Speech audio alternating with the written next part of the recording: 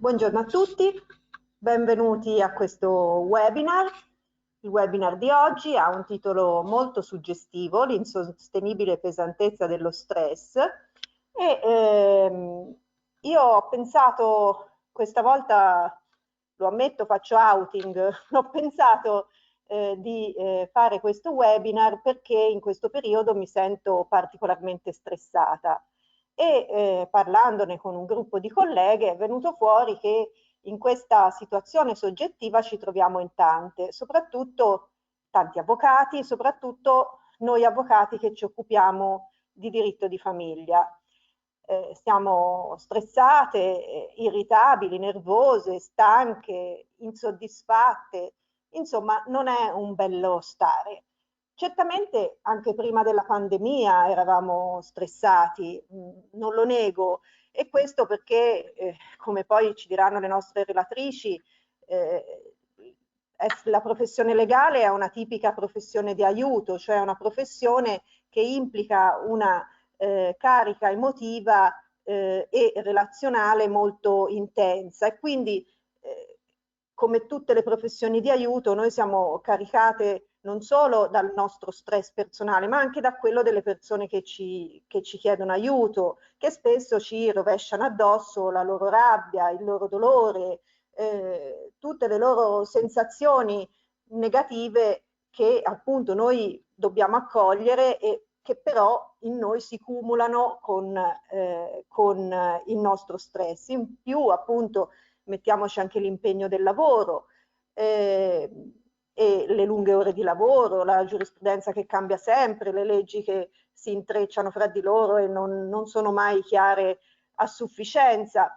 E questo, dico, fa parte è una caratteristica del nostro lavoro, che probabilmente chi più chi meno, ma eravamo riuscite prima della pandemia a in qualche modo a gestire e riuscivamo a sostenere. Poi con la pandemia e ora anche con la guerra questa situazione si è aggravata in modo preoccupante e devo dire che quindi questa situazione di stress non dipende dalla mole di lavoro, che bene o male non è cambiata rispetto a prima.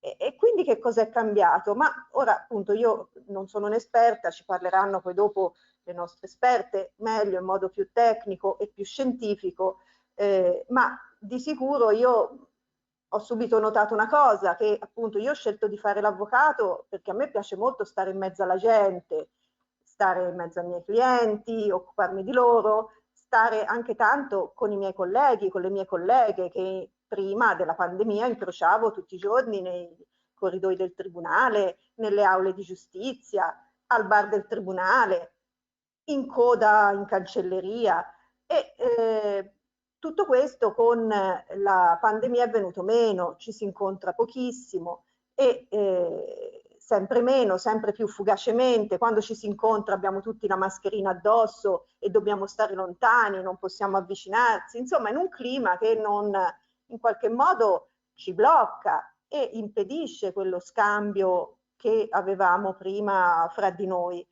E quindi questo senso di solitudine che appunto contraddistingue questi momenti nostri, di sicuro aumenta il livello di stress, ci fa percepire come di essere sempre davanti a una voragine. Poi, senza dubbio, uno dei problemi che verranno affrontati dopo, anche l'iperconnessione certamente aumenta i livelli di stress. E lo vedremo poi, questo fatto che dobbiamo sempre essere disponibili. A me appunto ci sono tanti miei clienti che, non so, di domenica mi scrivono l'email e mi raccontano come stanno. Ora io ovviamente pongo in essere metto delle barriere, no? Mi impedisco di leggere l'email, però l'email ce l'ho sul telefono, se per caso sbaglio il tasto, comunque mi sono già letta del litigio del mio cliente con la moglie, della mattina a colazione, ecco, e mi sento invadere anche nei miei spazi personali domenicali. E poi ancora di più altri elementi di stress, insomma, abbiamo tutti letto, probabilmente in questi giorni ci sono arrivati i rapporti del Censis sull'avvocatura, gli studi della Cassa Forense, ultimamente anche gli studi dell'ADEP, che sarebbe l'associazione che riunisce tutte le casse private dei liberi professionisti, e in tutti questi documenti emerge che la crisi economica di noi avvocati, che noi viviamo sulla pelle, è comunque conclamata, è comunque una cosa che ormai è radicata nel sistema, e certamente anche questo aumenta i nostri livelli di stress. Io potrei continuare appunto con l'enucleazione di tutti questi delle cause, dei motivi dello stress per tutto il pomeriggio, ma ovviamente non sono io che devo parlare, perché io sono una atecnica e invece vorrei far parlare in modo molto più scientifico i nostri relatori di oggi. La prima relatrice di oggi, alla quale chiedo di accendere la webcam, è Valentina Dolara, che è una mia cara amica, una compagna di studi all'università, è laureata in diritto internazionale all'Università di Firenze e ha iniziato a fare tutto il percorso come abbiamo fatto tutti noi, quindi dopo la laurea ha fatto pratica, ha sostenuto l'esame da avvocato, però poi una volta sostenuto l'esame da avvocato ha scelto di fare un altro percorso e ha portato avanti sempre il suo tema forte della protezione dei diritti umani in ogni ambito, soprattutto internazionale, e poi è diventata consulente e formatrice in materia di gestione dei conflitti, miglioramento dell'efficacia personale, miglioramento dei gruppi in aziende, nelle organizzazioni no profit, nelle strutture pubbliche, ai carceri minorili, le aziende sanitarie, e poi è formatrice senior di vari protocolli di mindfulness in ambito professionale. Quindi io potrei anche qui andare avanti con il suo curriculum, però lo troverete nel materiale del corso e quindi io rinvio al materiale che poi dopo Valentina ci lascia. È evidente che Valentina è la persona che meglio di ogni altro ci può quindi non solo magari illustrare quali sono appunto qual è la base a livello di neuroscienze del fenomeno dello stress, del fenomeno del burnout, ma anche possibilmente darci qualche messaggio positivo, darci qualche messaggio di speranza. La seconda relatrice è l'avvocato Saveria Ricci, che invito qui con me, che appunto, presa dallo stress dell'evento, mi ha chiesto di venire materialmente allo studio e quindi ha fatto questo ingresso qui accanto a me.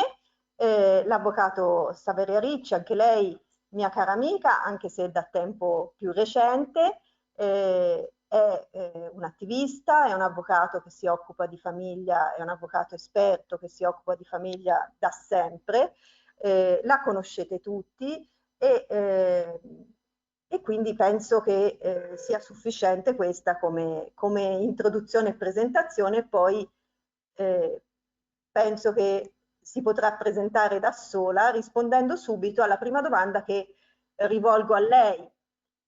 Vera, perché secondo te noi avvocati siamo così stressati? Quali sono i fattori che ci stressano di più? Cosa ci puoi dire? Allora, buonasera. Allora, anzitutto io sono un po' stupita perché non mi ritengo un'esperta di stress, anche perché se uno è un esperto di stress non è stressato.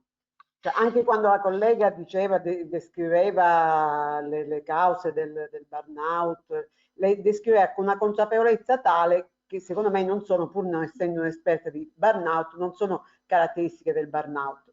Possiamo partire con la prima slide. Allora, vi sorprenderete perché, ecco, questa è la fotografia di un paesaggio dell'Alaska e sullo sfondo ci sono due orsi.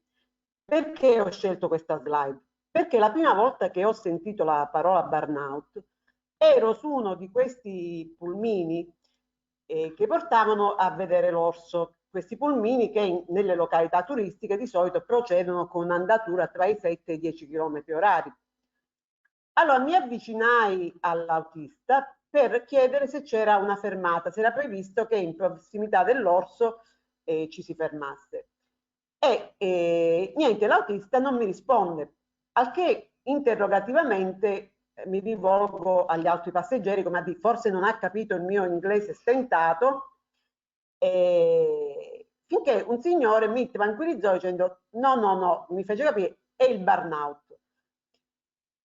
Anzi rincarò, perché c'è un altro termine con cui poi Valentina ce lo spiegherà meglio, viene indicata quella condizione che è burnout, cioè burnout significa uno che ha preso fuoco, ma direi che l'accento non è tanto sull'infiammarsi, no? Perché la fiammata è una risposta energetica, quanto più sulla consunzione dell'elemento che viene infiammato.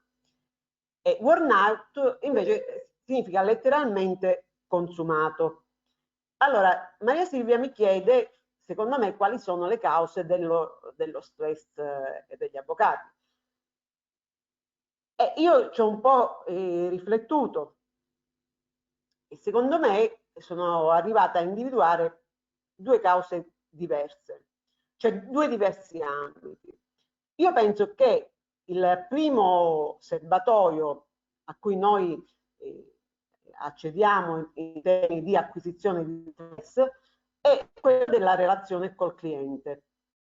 La nostra, come diceva Silvia, è una relazione di aiuto, ma differisce notevolmente dalle altre relazioni d'aiuto, per cui gli studiosi, penso per primi, studiarono il burnout, tipo che so, il volontario, l'infermiere, quelli che si chiamano caregivers, il medico, perché è una relazione in cui il cliente entra con uno stato d'animo particolare. Cioè il primo stato d'animo è quello di un fallimento suo personale, non tanto legato alla vicenda che lo porta dalle gare, cioè nel senso, ad esempio, una separazione e il suo fallimento matrimoniale, ma il fallimento di non essere riuscito a risolverlo da solo, perché voi mi confermerete che le persone pensano di poter fare a meno dell'avvocato, cioè il primo istinto, la prima messa in atto è quella di adoperarsi da solo, senza professionista. Quindi quando arrivano da noi, nella maggior parte dei casi, si portano dietro un doppio fallimento, cioè la questione che ci sottopongono e in più questo vissuto rispetto alla loro non riuscita nel trovare una soluzione. È anche una relazione diversa dalle altre perché c'è una sorta di incorporazione, quantomeno a livello, non so dove devo guardare, io questo video sinceramente mi mette molto in imbarazzo, avrei voluto fare come Galimberti, come ho visto fare Galimberti, perché dovevo guardare. Basta qui, guarda la slide. Perché Galimberti, eravamo entrambi relatori, indegnamente io in un convegno, e lui a un certo punto entrò con 15 persone e io chiesi chi erano e mi fu spiegato che lui non parlava se non aveva comunque, anche in tempi di pandemia, 15 persone a cui rivolgersi. Avevo fatto la stessa richiesta, ma non è stata... Dai, sono da sola, ma ci sono! Non è stata esaudita. Ma tu dovevi vedere quelli che si è portati Galimberti. Allora, quindi, il primo ambito in cui si genera questo stress per noi, dicevo, è proprio la relazione con il cliente. C'era un'altra slide, dopo gli orsi c'era quella sul cliente. Ecco, in genere la gente ci arriva così, quindi arrabbiati con se stessi, ma anche cercando di capire, qua sembrerebbe dire, ma con chi sto parlando, no? Perché quando cominci a parlare c'è sempre questo senso dopo il sollievo di poter esternare le loro problematiche, c'è questo senso di smarrimento rispetto a quello che noi possiamo proporre come soluzione. E quindi è una relazione differente dallo psicologo, c'è l'altra slide. No, questo è il medico, va bene uguale, da quella tra medico e paziente, dove come vedete il paziente si affida massimamente al medico e salvo un intoppo continua a confidare in lui. E poi c'è quella dello psicologo, dove vedete così rilassato, noi clienti così non li vedremo mai. Allora, quindi il primo ambito è quello della relazione col cliente. Poi noi abbiamo la relazione con gli uffici, cioè con le cancellerie, per cui senza dire tante mezze parole, siamo classicamente, almeno questo salvo eccezioni, siamo gli scocciatori. Cioè è come se noi fossimo lì semplicemente per rompere le uova nel paniere. Sembra che abbiano sempre qualche cosa di, ora mi censurano per questa cosa, però l'atteggiamento medio, poi ci sono le eccezioni insomma, da ringraziare e valorizzare, però l'atteggiamento medio è come dire sto facendo una cosa più importante, tu non si sa che cosa vieni a chiedermi. E poi c'è la relazione con i giudici, per cui non solo siamo scocciatori, ma siamo addirittura l'ostacolo alla realizzazione della giustizia. Per carità, anche nell'ambito della magistratura ci sono le eccezioni e ci sono dei giudici consapevoli che noi siamo parte come loro del buon funzionamento, però diciamo la verità sono pochissimi, anche se sono quelli che più di tutti forse ci ricordano il senso della nostra professione, la funzione pubblica della professione. Quindi 3 relazioni, però il secondo ambito è ancora il peggiore, è la relazione che noi viviamo come categoria professionale con la società. Allora, in alcune civiltà antiche c'era una categoria di lavoratori che semplicemente per il lavoro che esercitavano venivano discriminati. Erano coloro che lavoravano i metalli. La discriminazione di chi lavorava degli artigiani del metallo, voi pensate che è alla base della discriminazione millenaria che hanno subito quelli che volgarmente chiamiamo zingari, ma sono le persone di etnia rom o di etnia gitana, del gruppo rom o gruppo gitano. Cioè loro partirono dall'India, il luogo d'origine, con una diaspora dovuta proprio per sottrarsi a questa fortissima discriminazione in cui venivano associati alle divinità infernali. Nel nostro caso, io penso che non ci sia categoria professionale che viva sotto quello che potremmo definire un pregiudizio sfavorevole come noi. Sia ben chiaro, io non salvo né solidarizzo con coloro che questo pregiudizio lo meritano. Io non credo alla mafia di casta, credo alla solidarietà umana, per cui ognuno avrà anche le sue responsabilità. Però il pregiudizio nei nostri confronti, ci sono altre categorie, per esempio gli agenti immobiliari, diciamo la verità, non stanno simpatici a tutti, però riguarda più il profilo economico della loro prestazione, cioè non viene messo in dubbio anche la loro capacità professionale. Noi no, fino a prova contraria, noi non si salva nessuno. Allora, io avevo preparato delle slide con nel linguaggio, no? I pregiudizi contro gli avvocati. Allora, ho scelto quelle più significative, quelle più nell'uso comune. Allora, Totò che dicono, gli avvocati difendono i ladri, sa com'è tra colleghi. Poi c'è il proverbio, sentito per la prima volta a Grosseto, non so, qual è la differenza tra avvocati e becchine? Che i primi spogliano i vivi e gli altri morti. E poi c'è il film in cui Gassman dice, ora è più giovane forse Vittorio Gassman, gli sfugge, però è stato un grandissimo attore italiano, e diceva in un film, com'è che dice il proverbio, se non capisci niente fai l'avvocato, fai il sergente. E poi arrivare anche a Camilleri, dove in un romanzo c'è l'incitazione a contrastare l'avvocato, cioè una figura da contrastare. Scusa, se vai ancora avanti ce n'è una. Poi c'è Trilussa che dice l'avvocato è persona di decoro che vende le parole a peso d'oro e per mentre fa finta d'accomodarteli i fatti tuoi, s'accomoda li sui. E poi c'è John Keats che dice ritengo che gli avvocati si possano classificare nella storia naturale dei mostri. E poi il passo del processo di Kafka, dove a proposito di un nostro atto, di una nostra memoria, Kafka dice è radotta sì, ma sostanzialmente vuota.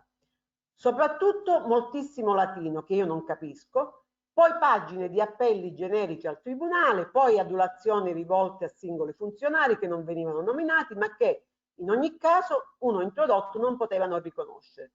Poi elogi dell'avvocato a se stesso che si umiliava davanti al tribunale come un cane.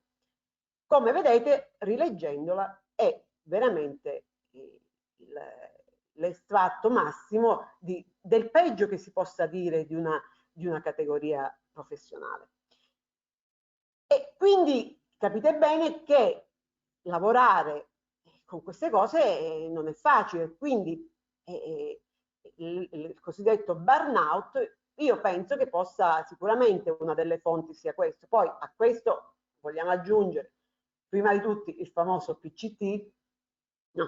E poi le altre cose, però io credo che, come il burnout, poi ce lo spiegherà meglio Valentina, è una cosa che attiene al nostro, insomma, posso dire, è un fatto personale, al nostro rapporto col nostro io, e sicuramente le relazioni, siccome noi siamo la somma delle nostre relazioni, credo che queste cose siano fortemente disturbanti. Io però mi fermo qui adesso e passiamo a Valentina.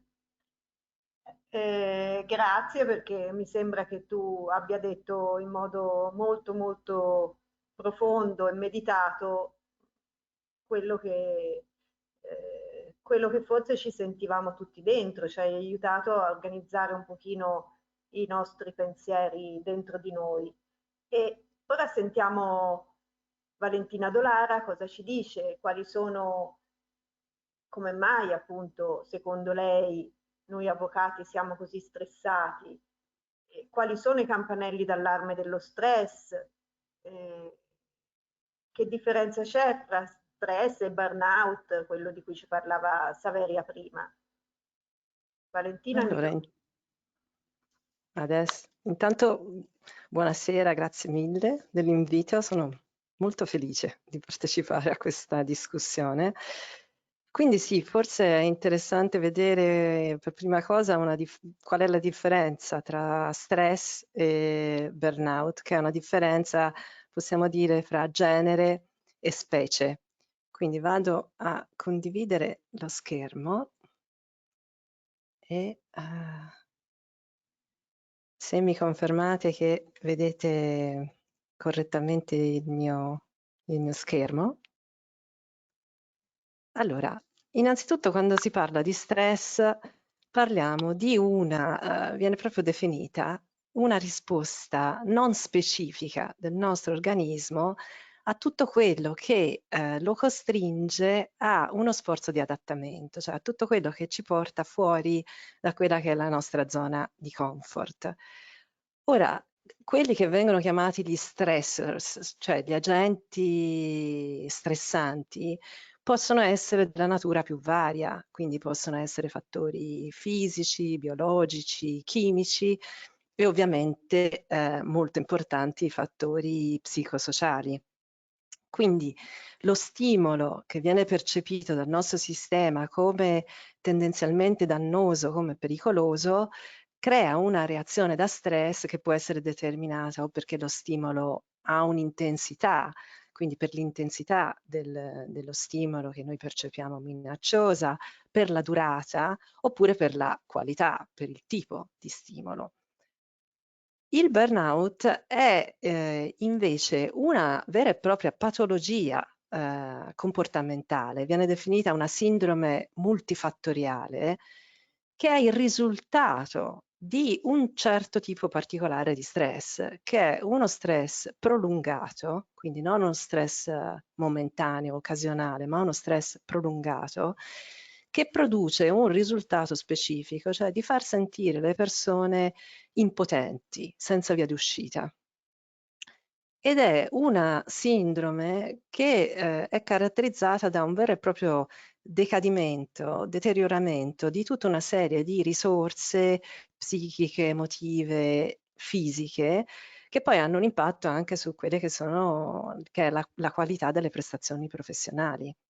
Quindi è una sindrome, diciamo, molto importante e molto invalidante. Ora, ci sono una serie di sintomi, alla fine dei quali probabilmente quasi tutti penseranno di essere molto vicini al burnout, che sono stati però osservati come sintomi, scusate, tipici di di una situazione di burnout ai quali uno può iniziare a prestare attenzione, il primo dei quali è uno stato proprio di esaurimento sia emotivo che fisico, cioè un senso di nervosismo, di irrequietezza, collegato però a una certa apatia, a una mancanza di energia. Alcune persone vengono proprio diagnosticate con quella che viene chiamata la sindrome della stanchezza pervasiva.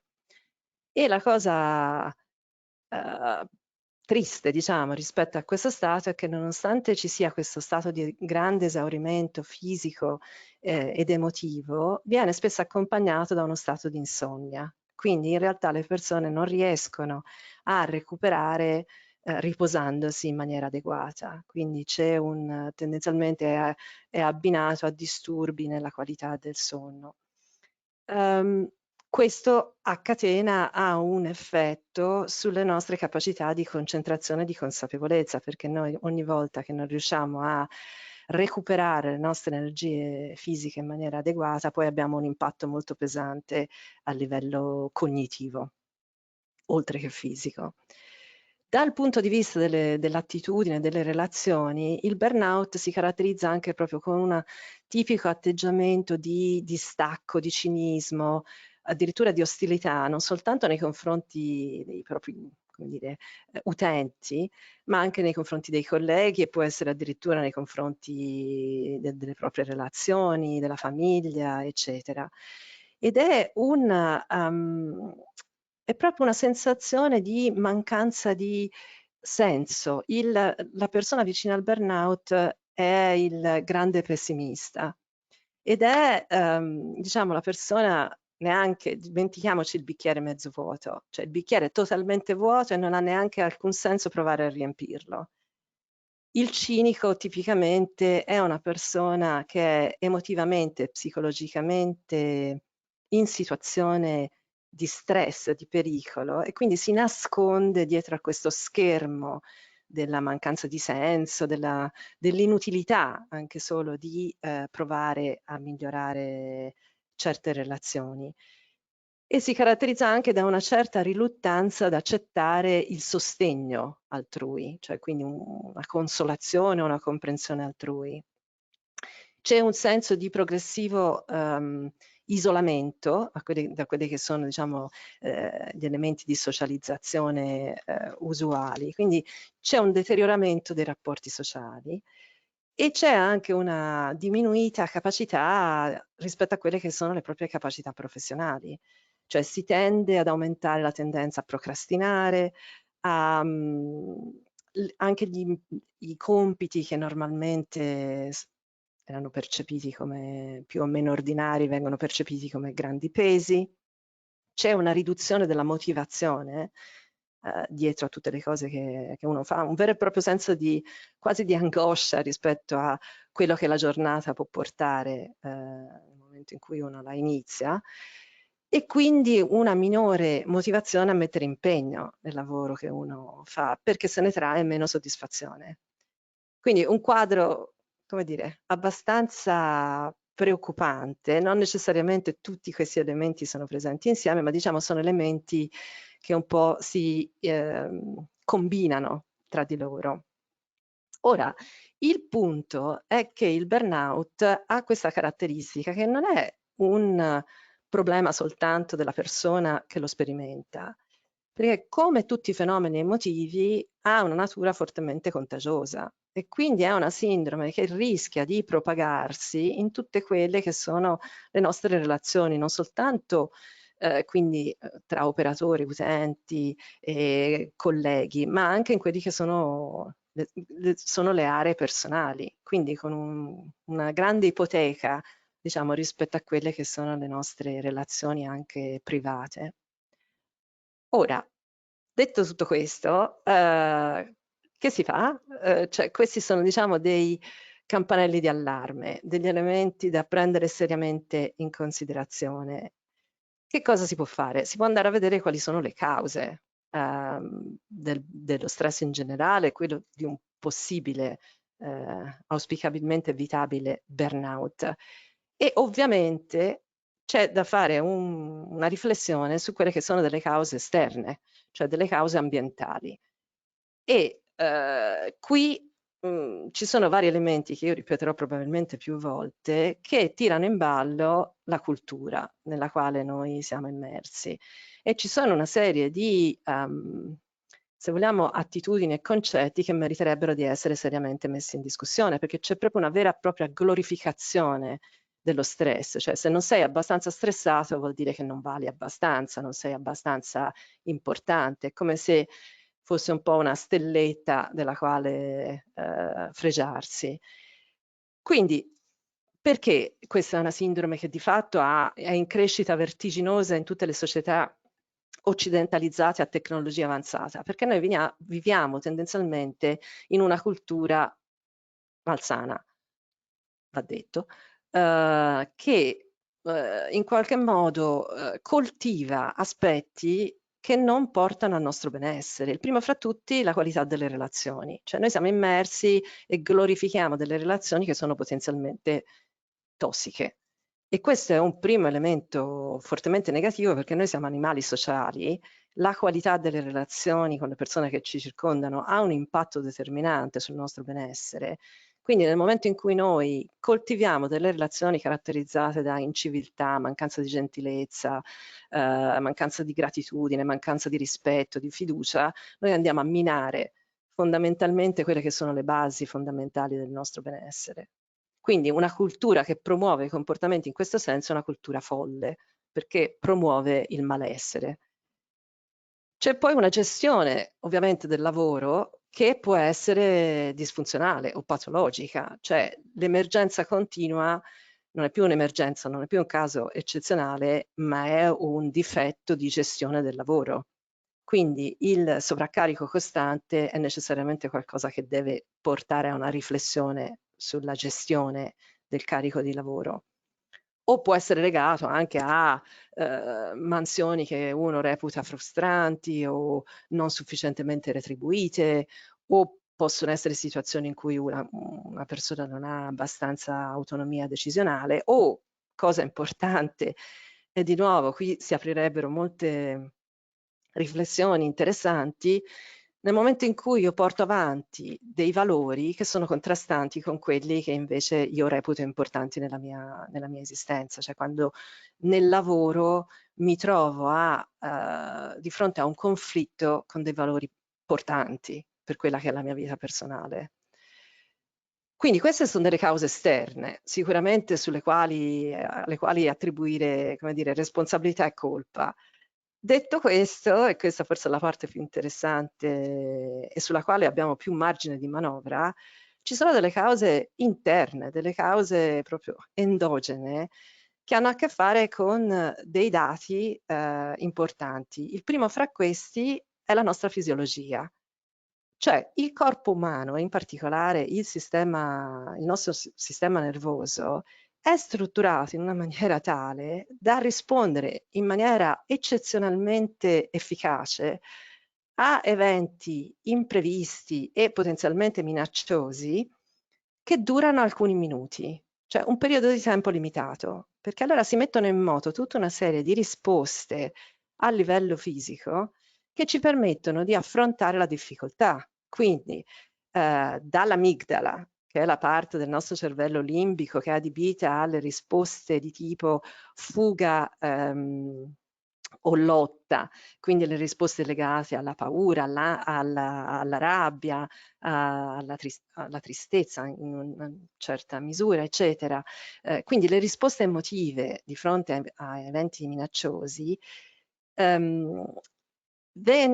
guida l'attivazione di tutta una serie di effetti a livello fisico, cioè la produzione degli ormoni che ci servono per affrontare le situazioni complesse o difficili, l'adrenalina, il cortisolo, le variazioni fisiche, l'aumento del battito cardiaco, l'aumento della pressione sanguigna, eccetera. Cioè tutto ciò che ci permette di far fronte alla sfida. Il punto è che questo deve poi ritornare a una situazione di quiete, di pausa, una situazione di neutralità dopo qualche minuto, perché altrimenti è come se io mandassi il motore al massimo dei giri per troppo tempo, per cui alla fine lo brucio letteralmente. Quindi la prima cosa importante da tenere presente è che non tutti gli elementi di stress, diciamo, non tutti gli elementi che ci portano fuori dalla nostra zona di comfort sono di per sé e sempre negativi, come vedremo più avanti. Quello che è problematico è lo stress cronico, cioè è lo stress senza soluzione di continuità. E questo perché? Perché noi manteniamo attivo l'elemento dell'ansia, della preoccupazione, ruminando, rivivendo gli scenari all'interno della nostra mente, in qualche modo non permettendo mai al nostro sistema di entrare in pausa. E questo fa sì che noi non affrontiamo la problematica successiva nel piano delle nostre risorse, ma da una situazione di totale esaurimento. E si viene a verificare qualcosa che è piuttosto problematico, che si chiama l'incompetenza appresa. Cioè il nostro cervello, per salvare il funzionamento di alcune funzioni basilari, vedi la respirazione, la digestione, il battito cardiaco, eccetera, comincia a chiudere tutta una serie di funzioni accessorie perché è come se fosse in uno stato di emergenza. Quindi io più a lungo mantengo attivato il mio sistema nervoso simpatico, quindi l'attivazione di fuga e lotta, tanto più io disimparo a uscirne. Cioè, letteralmente io dimentico cose che so fare per stare meglio. Ed è, diciamo, un primo inizio di condivisione di aspetti sullo stress e il burnout.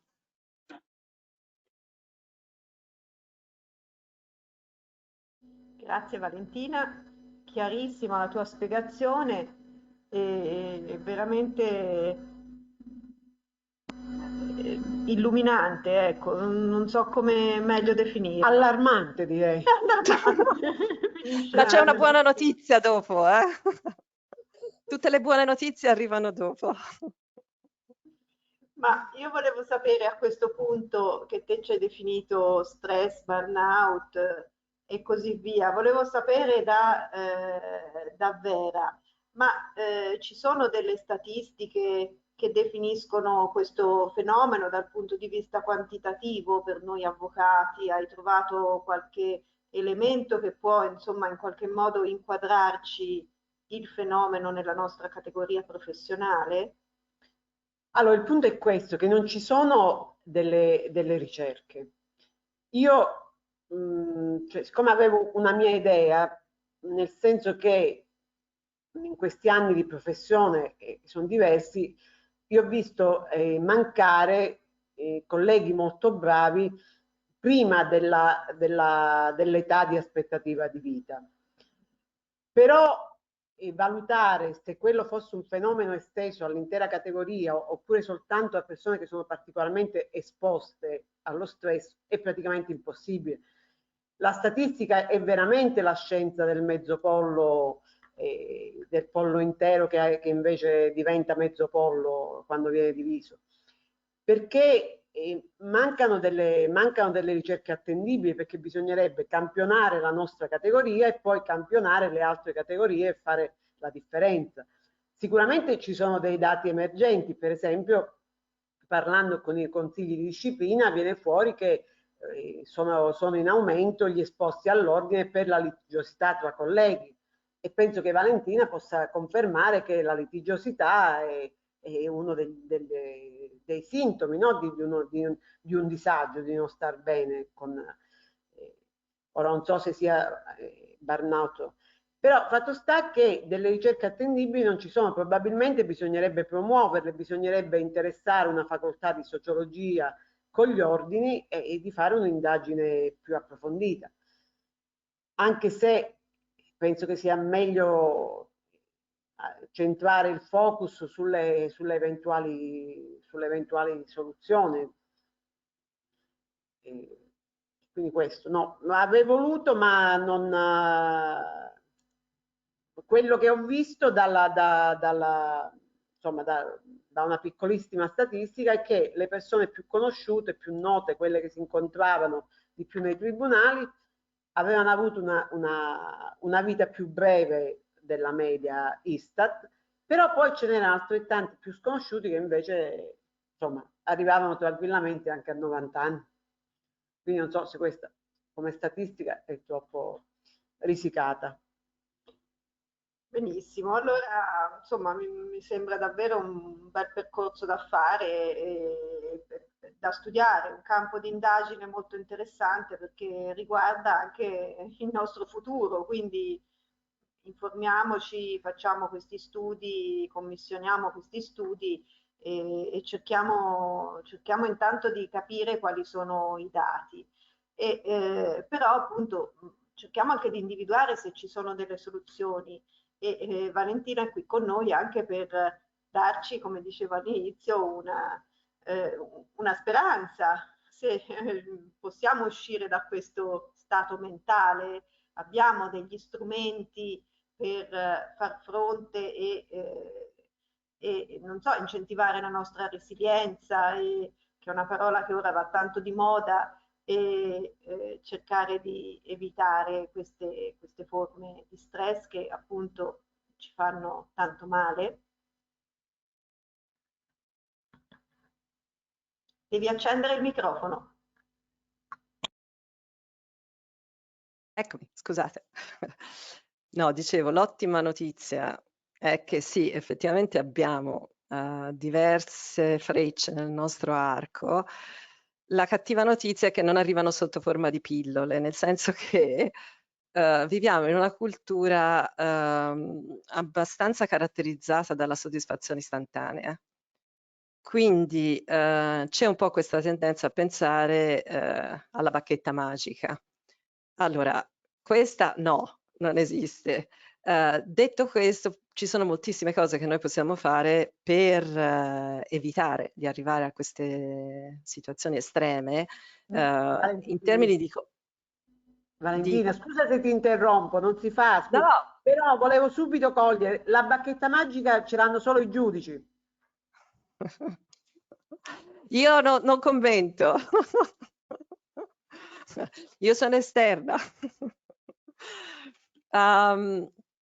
No, quindi ci sono moltissime cose che noi possiamo fare, hanno a che fare con assumersi una maggiore responsabilità di quello di cui nutriamo il nostro cervello e la nostra mente, cioè quali sono i pensieri che noi alimentiamo su base quotidiana e quali sono i comportamenti e le abitudini che noi nutriamo, perché il problema è che noi abbiamo un grande piacere e una grande voluttà nel, come dire, nel nutrire pensieri anche molto poco sani, tossici mi verrebbe da dire, non la stessa determinazione su attitudini un po' più sane. Quindi per essere un po' più specifica, allora c'è, torno a condividere lo schermo, c'è un altro aspetto rispetto alla... Scusatemi, torno.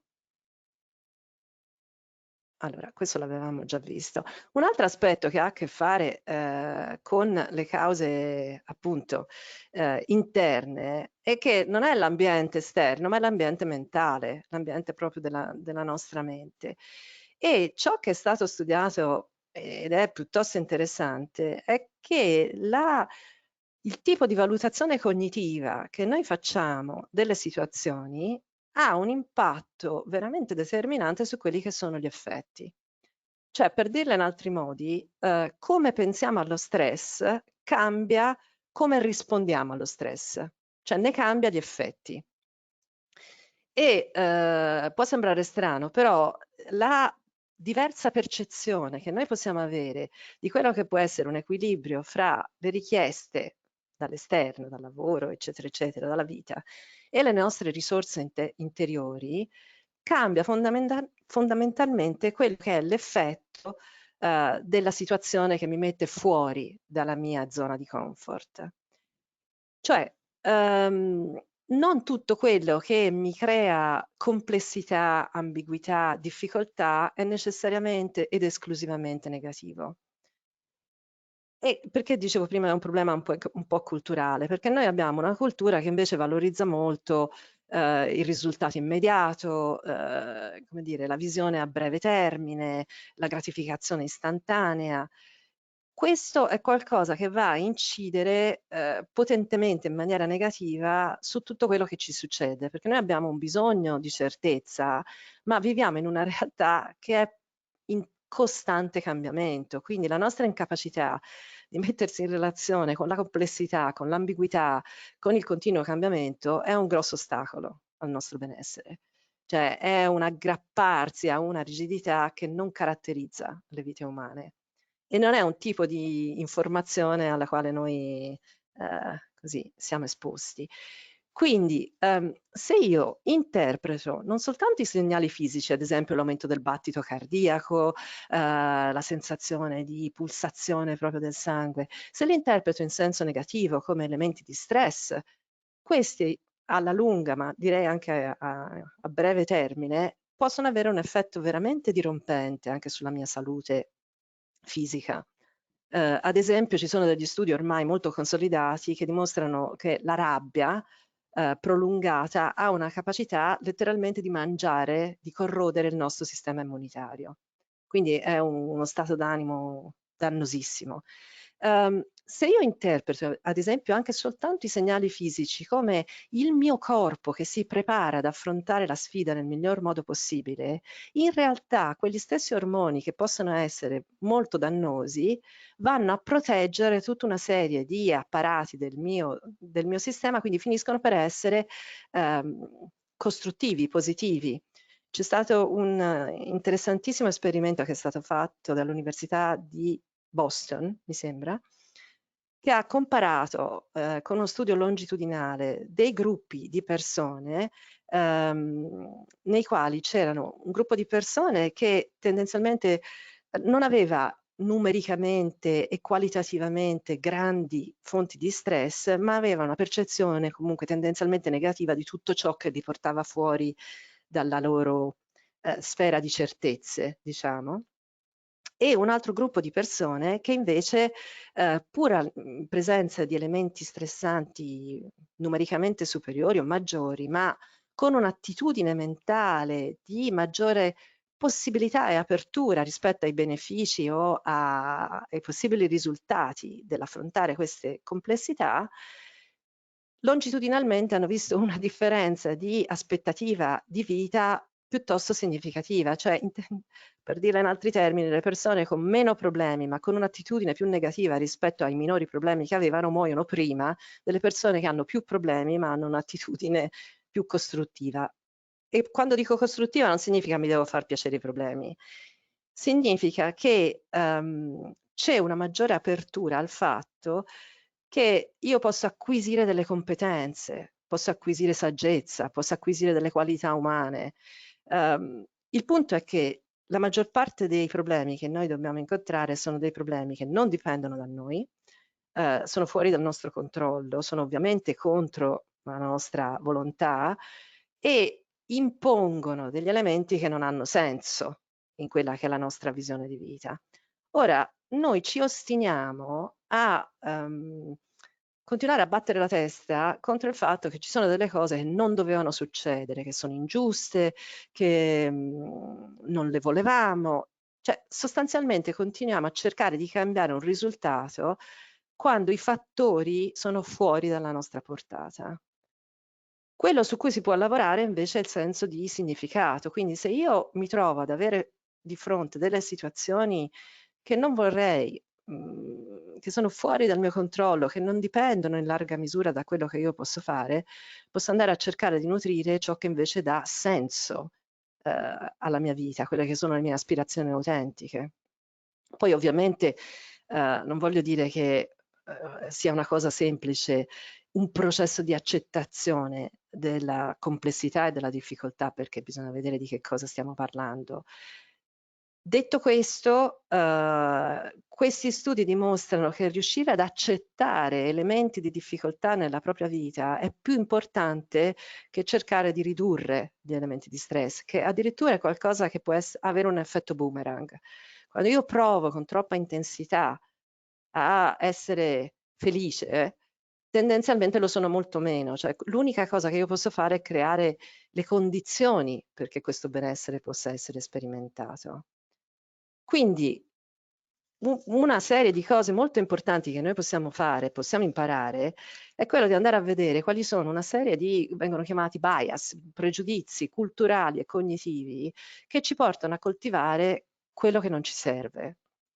E una cosa importantissima è legata a questi studi fatti da Sonia Lyubomirsky, ormai una quindicina, ventina di anni fa, legati a quella che lei chiama la linea di base genetica. Cioè, noi abbiamo un bias veramente radicato rispetto al quale le circostanze sono quello che mette in fila nel senso giusto le cose, cioè sarò felice quando, se solo avessi questo allora andrebbe tutto bene, eccetera, eccetera. In realtà questo non è vero. Cioè, lei ha potuto dimostrare che noi abbiamo quella che viene chiamata una linea genetica di base, cioè una tendenza a rapportarsi alle cose che ci succedono nella vita più o meno ottimistica. Cioè ci sono persone che tendono a prendere le cose in maniera migliore e peggiore e questa è una componente importante della nostra attitudine. Non è ben chiaro in quale parte del patrimonio genetico questa viene passata, ma è qualcosa di geneticamente presente nelle persone, che però è solo il 50%. Le circostanze contano, ma contano infinitamente meno di quello che noi pensiamo, perché contano soltanto per un 10%, perché noi siamo soggetti a un processo di adattamento, viene chiamato adattamento edonistico, che fa sì che dopo un certo periodo di tempo, anche a fronte di grandi successi o di grandi fallimenti, noi tendiamo a tornare alla nostra linea di base. Quindi questa linea di base è importante, ma non è un destino, perché noi abbiamo un ampio 40% legato a quello che noi possiamo imparare a fare con la nostra mente e i nostri comportamenti.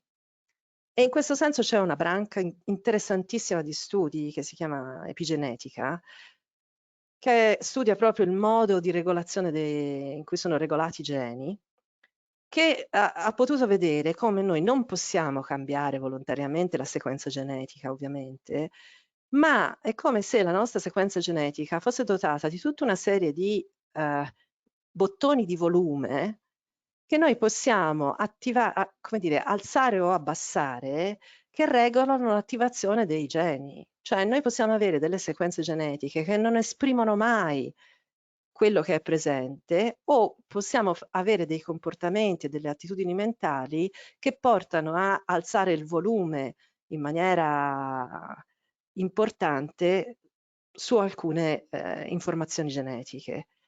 Cioè la cosa interessante è che noi possiamo veramente con l'attività intenzionale andare a lavorare su processi che non cambiano semplicemente la nostra attitudine, ma il nostro organismo, la nostra biologia. E questo è possibile grazie a un dato che ormai è assodato scientificamente, che è la neuroplasticità. Cioè il nostro cervello continuamente cambia, prende forma, crea nuove connessioni neuronali sulla base di quelle che sono le nostre attitudini, le nostre azioni, i nostri pensieri, quindi rafforzandole con la ripetizione. Il problema è che la maggior parte delle volte lo fa in maniera inconsapevole. Quindi quello che noi possiamo senz'altro fare è iniziare a addestrarci a fare attenzione a che tipo di pensieri nutrono le nostre giornate, quali sono le azioni che ripetiamo in maniera più frequente, perché questo è quello che va a plasmare il nostro cervello. Quindi di fatto noi possiamo assumerci, cioè è una buona notizia, però è un'assunzione di responsabilità, possiamo avere molta più responsabilità su quello che è il funzionamento del nostro cervello. E questa non è, come dire, magia o cose molto strane, astratte. Cioè ci sono tutta una serie di esercizi, di pratiche molto semplici, molto chiare, che proprio ci permettono di creare volontariamente le connessioni che vanno a coltivare benessere. Cioè non è un'illusione, non è un effetto placebo, cioè io vado a plasmare con un addestramento specifico mentale il mio cervello verso il benessere. Ci sono moltissimi studi che sono stati fatti sui tassisti di New York, di Londra, sui musicisti, che proprio per l'uso che fanno del proprio cervello hanno alcune aree che si ingrandiscono perché sono maggiormente attivate. La stessa cosa funziona per i nostri pensieri, però se i nostri pensieri che attiviamo più spesso sono pensieri negativi, quella è la parte che si rafforza. Quindi la cosa interessante, almeno dal mio punto di vista, ed è quello che poi ha animato, come dire, l'interesse del mio lavoro in tutti questi anni, è il fatto che si può imparare a coltivare benessere come si può imparare a suonare uno strumento musicale o a praticare uno sport. E così come non è sufficiente amarlo e guardare qualcun altro che lo fa, ma bisogna in qualche modo provarci e ripetere gli esercizi e fare sbagli e migliorare nel tempo. La stessa cosa lo possiamo fare con la nostra mente. E ci sono una serie di aree che appartengono proprio a delle competenze umane che sono diverse dalle competenze tecniche delle quali noi abbiamo bisogno per le nostre professioni, che si imparano in maniera diversa, che hanno però a che fare con delle aree fondamentali rispetto al nostro benessere. La prima è l'attenzione e la consapevolezza, perché noi, che ci piaccia o no, siamo immersi in un ambiente digitale che ha completamente stravolto il nostro modo di comunicare, di vivere, di lavorare, con effetti non necessariamente sempre soltanto positivi. Adesso ci sono moltissimi seminari proprio che parlano di una disintossicazione digitale. Gli aspetti relativi alle competenze emotive, quindi capire quelli che sono i nostri schemi, quali sono gli inneschi emotivi, quali sono i processi di identificazione, come riusciamo a gestire le emozioni fuori controllo altrui, ad esempio. Abbiamo queste competenze? Quante e quali sono le strategie di gestione della difficoltà? Quindi a che cosa possiamo attingere? Una cassetta degli attrezzi, se volete, della difficoltà. Quali sono le attitudini o le abitudini sane e quelle tossiche che invece continua a nutrire?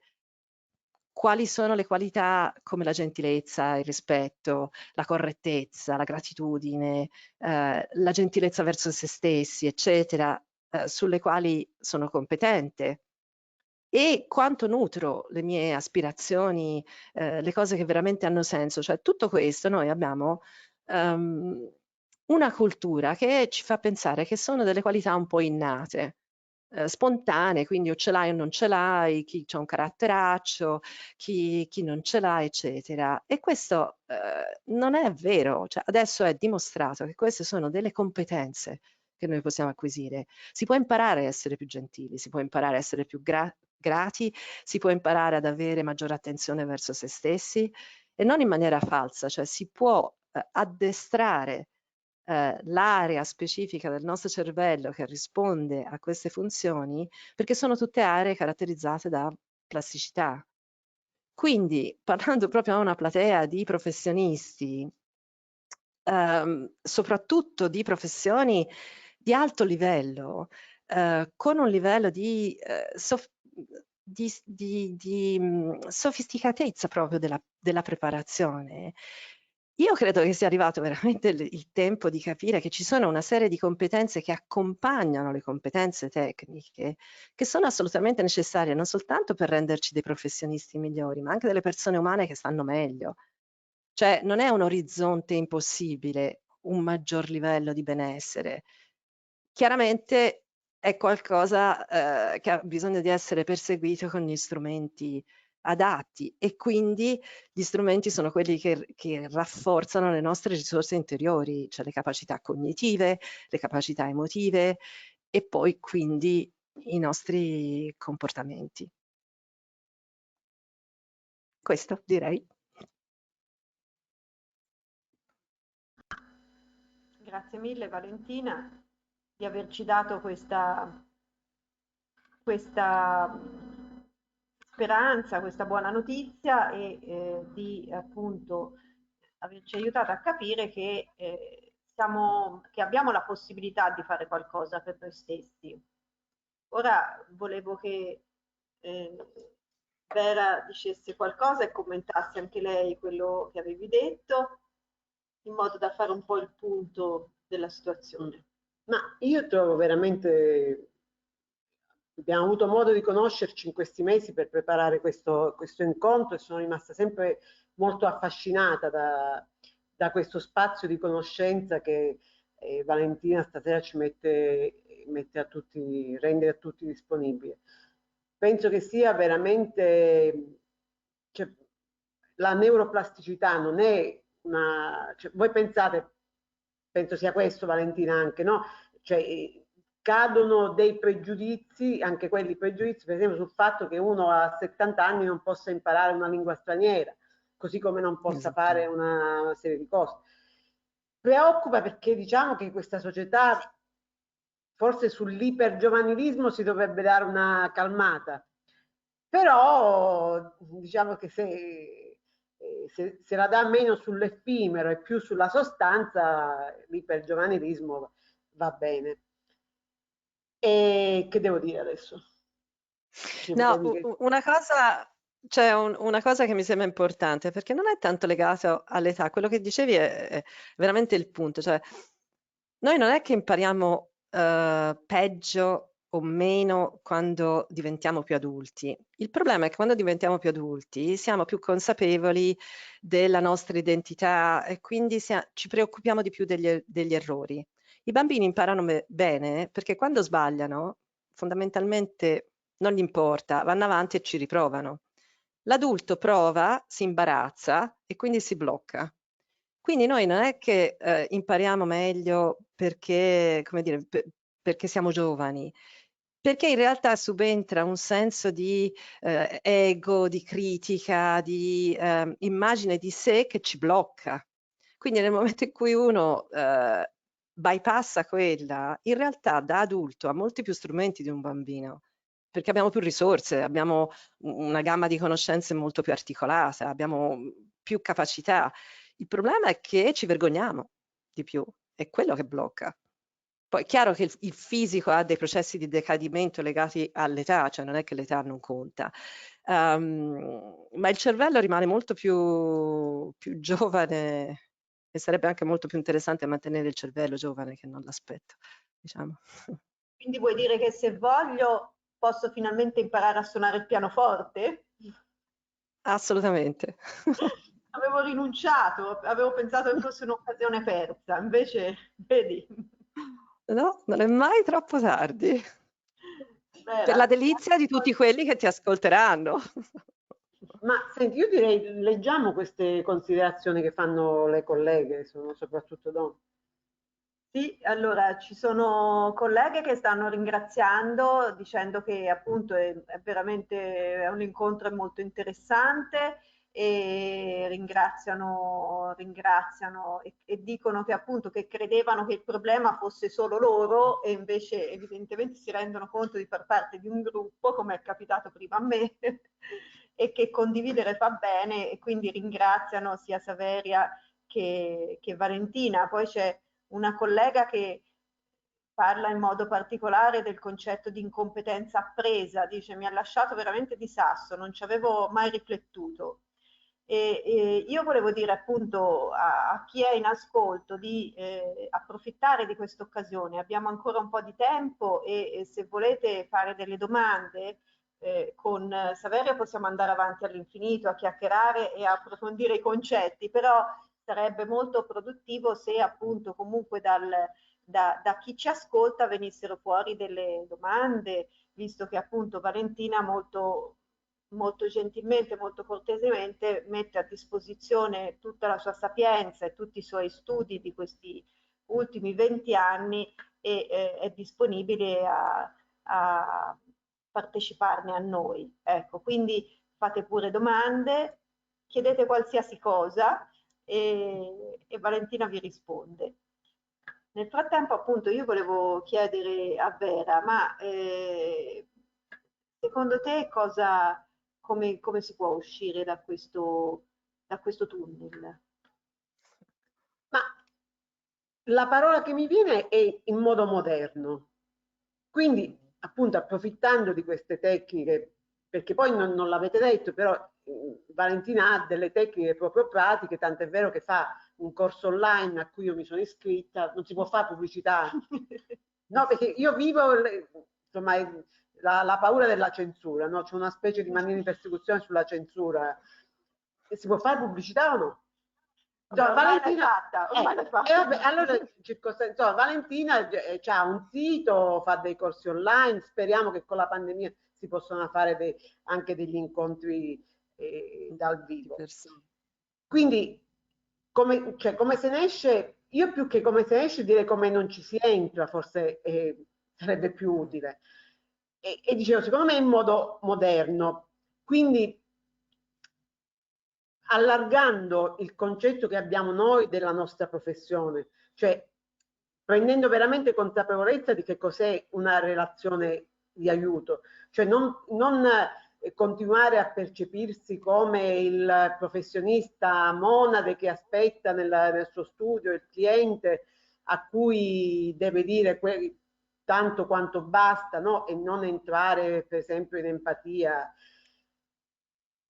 Però anche lì bisogna distinguere, cioè c'è un ambito più relazionale, più strettamente relazionale, e io penso appunto cercando di accostarsi a queste tecniche della contemporaneità, tra cui quella di Valentina, ma anche pensando al fatto che noi dobbiamo essere, per entrare in una relazione di aiuto come si deve, noi dobbiamo essere tonici, cioè dobbiamo avere un io tonico, quindi approfittare di tutte le tecniche che oggi abbiamo disponibili, quindi anche valutare se abbiamo bisogno di terapie, cioè senza per questo vergognarsi, no? Poi questo è un ambito. Secondo me poi c'è un altro lavoro che va fatto, che è un lavoro culturale, quello quando io vi dicevo la nostra professione è vittima di un pregiudizio sociale. Forse sarebbe il caso che cominciamo a lavorare con consapevolezza anche sul pregiudizio sociale, visto che ormai da anni gli ordini sono diventati enti propulsori di cultura, no? Prima non era così, noi avvocati facevamo cultura perché comunque il sapere giuridico è un sapere che accompagna la civiltà e i problemi delle problematiche dell'umanità. Lavorare sul pregiudizio come si fa? Beh, si può fare in una maniera banale denunciandolo, no? Però la denuncia secondo me porta poco lontano. Invece io penso che sarebbe utile fare un'attività culturale di ricostruzione di una memoria sana di quella che è la professione dell'avvocato, cioè scendendo nel pratico, cominciare ad avere consapevolezza di quelle che sono state le molte figure edificanti della nostra professione. Se vai avanti con le sì, subito, basta che mi riprendo un attimo il ruolo. Un attimo, ecco qua. Vai. Ecco qua.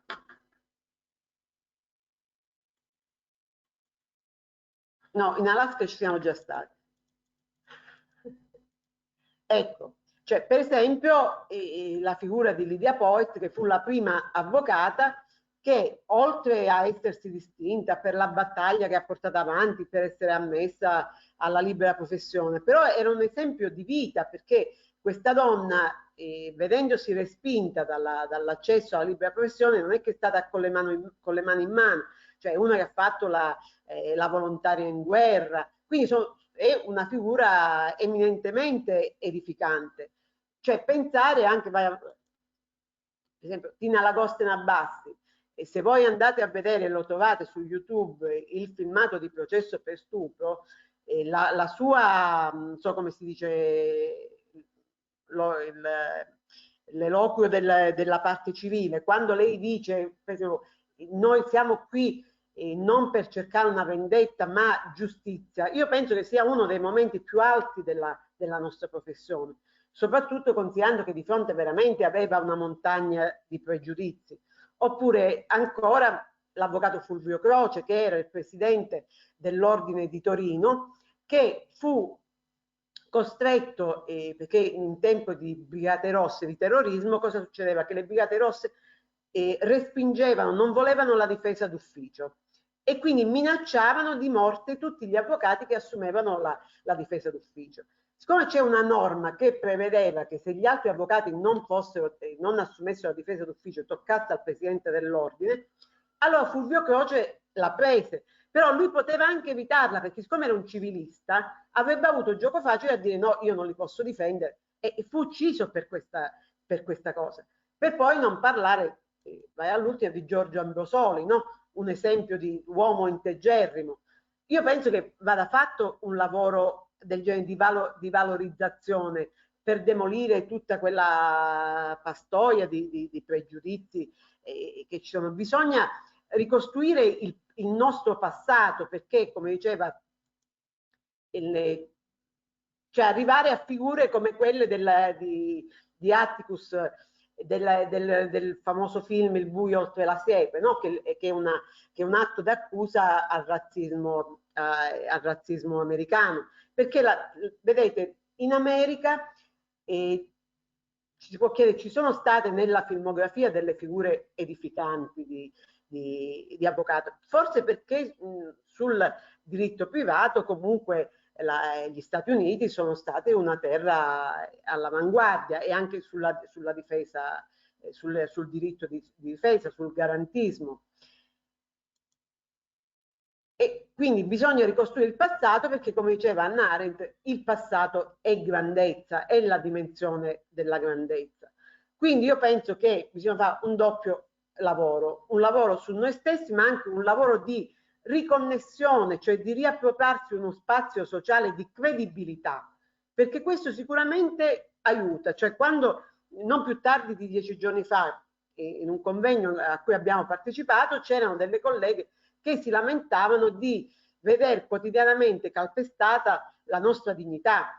E io ho risposto che accoglievo la loro lamentela, però ci dobbiamo lavorare noi, cioè non possiamo pensare che altri per noi possano riconoscere la nostra dignità se non ce la conquistiamo noi, oppure, se è ancora meglio, acquisiamo una consapevolezza di chi veramente, dell'importanza del nostro lavoro, della funzione del nostro lavoro, perché parliamoci chiaro, cioè senza avvocati non c'è diritto, non ci sono garanzie, c'è un sistema tirannico, cioè noi siamo come il baluardo non solo contro la tirannia vera e propria, non a caso in Turchia, no? Voi sapete la vicenda dell'avvocata turca di Nasrin, gli avvocati, cioè nell'avvento della tirannia, nella modernità, i primi a rimetterci la pelle sono avvocati e giornalisti, perché siamo non solo il baluardo contro la tirannia, ma siamo anche il baluardo contro una tirannia che diceva sempre Hannah Arendt, ancora più pericolosa, il governo di nessuno, cioè la burocrazia. Cioè noi siamo gli unici che ci prodighiamo affinché l'individualità non rimanga vittima della burocrazia. Ovviamente facciamo quello che possiamo, cioè quello che ci consente in questo momento storico l'ordinamento. Però vedete, queste sono cose importantissime. Grazie mille per questo bellissimo e motivante argomento. Veramente Vera, come sempre ci sveglia, ecco, ci sveglia e ci stimola in tante riflessioni di grande interesse, che poi ci aiutano, perché poi non so, a me capita così, che quando assisto a incontri così stimolanti, le parole di Valentina, le parole di Vera, poi dopo io passo 2 o 3 giorni che la mia mente mi si attiva e mi si stimolano i pensieri in modo positivo. Io volevo leggere qualche commento che nel frattempo è arrivato. Tantissimi ringraziamenti. C'è un avvocato che dice: ascolterei la dottoressa Dolara per ore, grazie. Quindi poi vabbè, tanti commenti sulla novità dell'argomento, che aiuta appunto a condividere certi momenti di difficoltà emotiva. C'è la domanda. Poi c'è una domanda che appunto parte dalla constatazione che si vive in un mondo forzatamente social, e quindi, al di là della nostra professione che comunque ne risente, come e quanto incide questa socialità forzata sul nostro equilibrio? Si può fare qualcosa? Valentina, dacci una mano. Allora, sì, c'era una cosa che mi era venuta in mente rispetto anche al commento che avevi letto prima, rispetto a questo senso di distruggere il senso di isolamento, cioè il senso di disagio, di malessere, emozioni che possono essere non sempre piacevoli. Se vogliamo, forse è la caratteristica più comune agli esseri umani. Cioè, noi viviamo in una cultura bizzarra, e questo mi collega alla domanda, in cui tutto è rappresentazione, cioè rappresentazione, tra l'altro filtrata della realtà. Sui social io condivido foto fatte ad arte, ritoccate, che rappresentano soltanto i momenti apparentemente, poi bisogna vedere se realmente positivi, allegri, eccetera. Cioè c'è una rappresentazione, si viene a creare una rappresentazione delle vite altrui completamente irreale. Quindi è chiaro che uno si sente come allora sono io l'unico che ha le giornate storte, il cattivo umore, che non riesce ad avere queste relazioni scintillanti, questa vita rutilante, eccetera. No, il punto è che è la differenza fra rappresentazione e realtà. Allora, chiaro, abbiamo delle vite caratterizzate dai social, i social sono anche un inquinamento mentale potentissimo, perché non possono in alcun modo sostituire la relazione vera. Quindi la quantità di tempo che noi spendiamo con delle relazioni fittizie a distanza è tempo che noi sottraiamo alle relazioni vere. Quindi sì, si può fare molto perché i dispositivi digitali, ora non entro in tanti dettagli, però hanno proprio insito in sé meccanismi di dipendenza.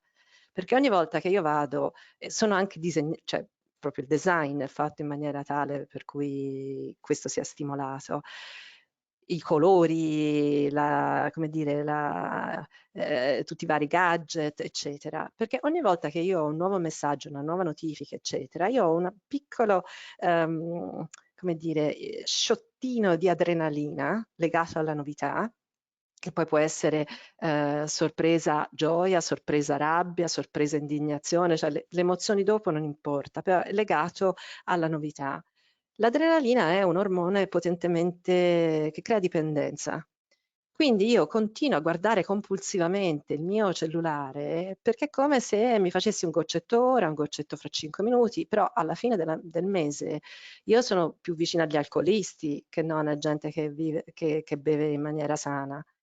Quindi, come tutte le dipendenze, perché va chiamata con il proprio nome, così come chi cerca di smettere di bere o di fumare non si tiene il pacchetto di sigarette lì, non si tiene la bottiglia davanti, il mondo digitale ha anche bisogno di essere contenuto, cioè ci sono degli spazi nella propria esistenza in cui non dovrebbe entrare, delle ore della giornata in cui è bandito. Ci sono queste ricerche veramente terrorizzanti che dimostrano che il 75% delle persone guarda prima il proprio telefono di dire buongiorno al partner con cui ha dormito. Cioè, questa è una deviazione culturale di comportamenti sani, cioè questo non è sano ed è appreso. Ora, siccome molti saranno nativi digitali, però insomma io appartengo sicuramente alla categoria dei non nativi digitali, sappiamo benissimo che avevamo delle relazioni, siamo capaci di avere delle relazioni sociali perfettamente soddisfacenti, ricche, eccetera, senza dispositivi digitali. Cioè abbiamo appreso delle abitudini, delle cattive abitudini, cioè il fatto di guardare il telefono mentre stiamo parlando con altri, mentre siamo a cena con altre persone, cioè siamo sempre altrove. Cioè una mancanza di presenza nella propria esistenza che ha poi degli effetti pesanti. Si può disimparare. Si può disimparare, si può avere un rapporto più sano, cioè, voglio dire, strumenti digitali e social sono importanti, ma sono degli strumenti, se diventano i padroni, allora lì c'è un problema, cioè, lì diventa problematico. Sì, lo penso anch'io, lo penso anch'io. A volte devo dire, anche chi ha a che fare spesso con adolescenti, a volte si rende conto che volte siamo noi peggio degli adolescenti che magari riescono proprio in quanto nativi digitali ad autolimitarsi meglio di quello che facciamo noi ed è triste questa constatazione. Quindi è un bel Sì. monito questo. Sono arrivati altri messaggi, c'è un avvocato che appunto dice che dopo una vita passata ad essere calma e tranquilla nella professione, di recente da qualche tempo non riesce più a mantenere la calma e a volte è anche arrivata ad attaccare il telefono a un cliente e quindi dice che insomma deve impegnarsi a trovare una soluzione. Ora questa condivisione è un po' il motivo per cui abbiamo pensato di organizzare questo incontro che senza dubbio, come diceva Vera all'inizio, sarebbe venuto molto meglio fatto di persona, però gli strumenti di questa, in questo momento sono purtroppo questi e hanno anche dei vantaggi perché magari è anche più facile dire e affidare i nostri stati d'animo a una chat impersonale e però riuscire appunto poi tutti insieme a rendersi conto che non siamo soli in questi sentimenti, siamo tanti.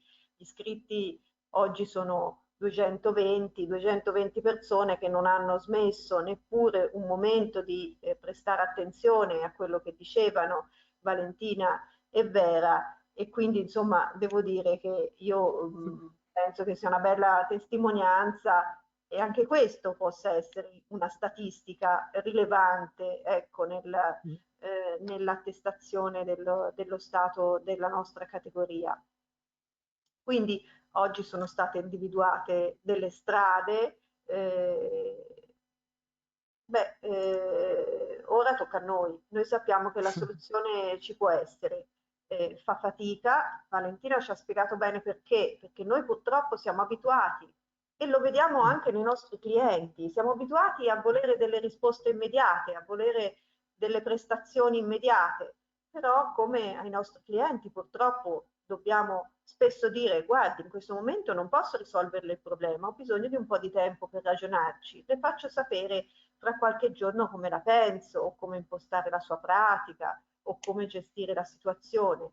Ecco, nello stesso modo però dobbiamo prenderci cura di noi stessi e quindi impegnarci noi stessi, mettersi in discussione e dedicare del tempo a provare a sperimentare questi strumenti di cui oggi ci ha parlato Valentina, di cui ci ha parlato Vera.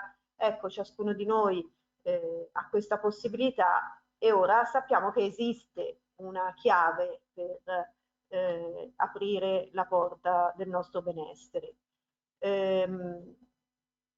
Io appunto i messaggi continuano ad arrivare appunto e sono tutti di grande ringraziamento, ringraziano di aver alzato il velo su una condizione condivisa, per aver affrontato un argomento ostico in modo molto chiaro, comprensibile e fruibile. Insomma, veramente ci sono tantissimi messaggi di ringraziamento, quindi io non posso che ringraziare ancora una volta sia Valentina che Vera, do Grazie a loro voi. la parola per eventualmente fare dei saluti e poi dopo però volevo dire che con Vera noi siamo appunto in zona Piazza Savonarola e volevamo andare in Piazza Savonarola a prendere un aperitivo. Se qualcuno di voi fosse dell'idea di abbandonare lo studio alle 7:30, cosa gravissima, raggiungeteci in Piazza Savonarola e prendiamo volentieri un aperitivo tutti insieme per cercare di alleviare questa nostra situazione di stress. Do la parola a Vera. Ma io volevo dire questo, che ciascuno di noi, ciascuna persona abita due spazi, no? Abita lo spazio sociale e abita uno spazio di solitudine. Io penso che acquisire le competenze giuste per metterci comodi in entrambi gli spazi, perché la socialità è necessaria quanto una parte di solitudine, sia credo uno degli obiettivi che bisogna porsi nella vita. Io ringrazio Maria Silvia, ringrazio Valentina perché è stato un'esperienza interessante, perché ripeto, noi lo abbiamo preparato, è stata un'occasione di conoscersi, come secondo me bisognerebbe fare sempre, no? Nei convegni. E spero che possa avere un seguito dal vivo, e in questo periodo mi batto su questa cosa, bisogna ridisegnare la socialità. C'è la pandemia, c'è tutto, però prendiamo spazi più grandi, spazi silenziosi in cui, anche se stiamo a 4 metri l'uno dall'altro, quindi in assoluta preservazione, però si può stare, almeno ci si può scambiare uno sguardo. Grazie ancora. Valentina, vuoi fare un saluto? Beh, sì, anch'io volevo ringraziarvi perché è stato veramente molto interessante tutto il processo, la preparazione, il riflettere su come introdurre un argomento che poi, come dire, è molto vasto, che apre molte domande. Ed è sempre un piacere per me condividere il fatto che alla fine quelle che sono le nostre caratteristiche, le nostre qualità umane più preziose, nonostante quello che la nostra cultura possa dire, sono anche le cose che ci fanno stare meglio. Quindi il pensare che l'essere più gentili, l'essere più attenti agli altri, lo sviluppare gratitudine, imparare a rigioire delle vittorie, delle qualità altrui, l'imparare a prendersi cura di se stessi, eccetera, e imparare anche, come dire, ad affrontare le difficoltà.